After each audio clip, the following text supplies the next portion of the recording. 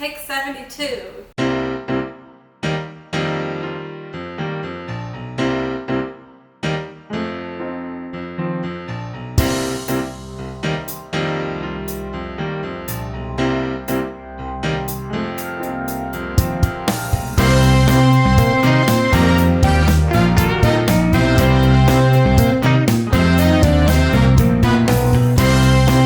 Who are you? I'm Kathy Wise. I'm the executive editor of D Magazine, and we are here to talk about my crazy idea to write a cookbook during the pandemic.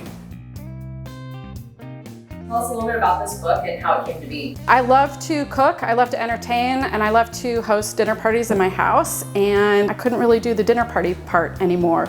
And so I wanted to find a way to entertain outside. I started taking things that I love to make and transforming them into transportable dishes. The whole point was that you could have handheld desserts and main dishes and batch cocktails. You didn't need forks, spoons, knives, anything else. You could take them to the pool, to the backyard, wherever you wanted, and hang out with people that you love.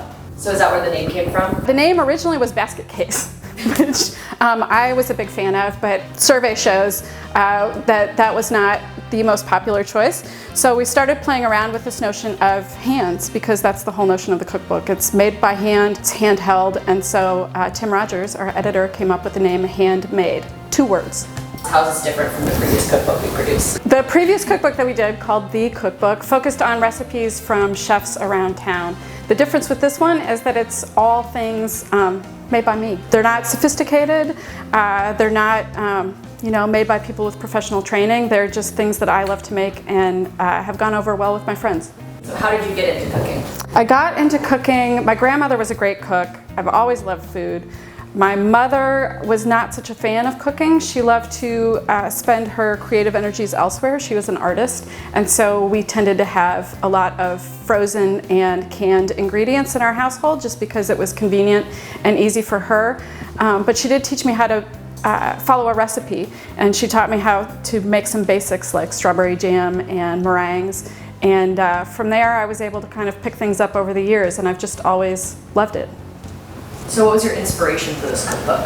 The inspiration came from Tim Rogers, our editor's 50th birthday party.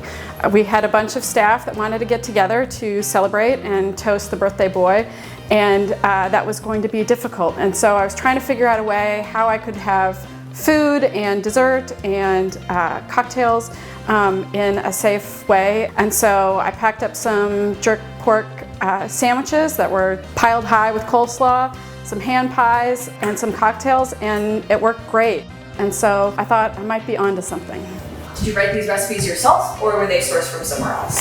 I wrote these recipes myself, but a lot of them were inspired by either things that I've eaten elsewhere or cookbooks. I'm a big collector of cookbooks, as well as ingredients, new ingredients that I've had access to during the past 5 months. How many recipes are included? I believe there are about 47, but a lot of them can be broken up into different components. Why did you split the cookbook up into seasons? One of the big inspirations was that during the pandemic, we've actually had access to more produce that used to be limited to local chefs. So places like Profound Farms and Bonton Farms started selling directly to the customer, which means that we had access to all kinds of things like mushrooms from Texas fungus and badger flame beets from Bonton Farms. And so there were just all of these amazing, fresh, local things to work with. So I wanted to divide it up into seasons to take advantage of the things that would be available in any given period of time. Out of all the recipes, which ones are your favorites? Some of the vegetable recipes are actually my favorites. The roasted beet sandwiches, they came about because we had a batch of carrots from Bonton Farms that had gorgeous green tops on them, and so made a carrot top pesto to go with the roasted vegetables. So what was it like producing a cookbook during this time? It was insane shooting a cookbook during this time. We ended up doing it in my house. Elizabeth Lavin, our staff photographer, who is phenomenal, took the lead role in getting the whole thing figured out. And so because we were trying to keep the number of people down, it was really her and me and Hamilton Hedrick, the art director of DCEO, that kind of huddled here in my kitchen. We were literally finding random props around the house. We were using wrap dresses as backdrops, using my great-grandmother's china, and just kind of working with what we had. Tell me a little bit more about the cover shot, why we decided to go with that one. Well, We had a beautiful cover shot that I love that's still in the cookbook. I believe it's the opener for this summer, which Elizabeth had put together, which is a beautiful compilation of ingredients and pickles and a basket and a completed sandwich and all different kinds of fun things. But we decided, since the cookbook was coming out in fall, we wanted something a little darker and moodier, and so the plum crostata ended up being the star of the show. What was your favorite part of the book while you were producing it? I think the best part of making the cookbook was just being able to see it all come together, being able to play around with all of these incredible ingredients and have fun, and then have Elizabeth take these gorgeous photographs and turn it into something really special.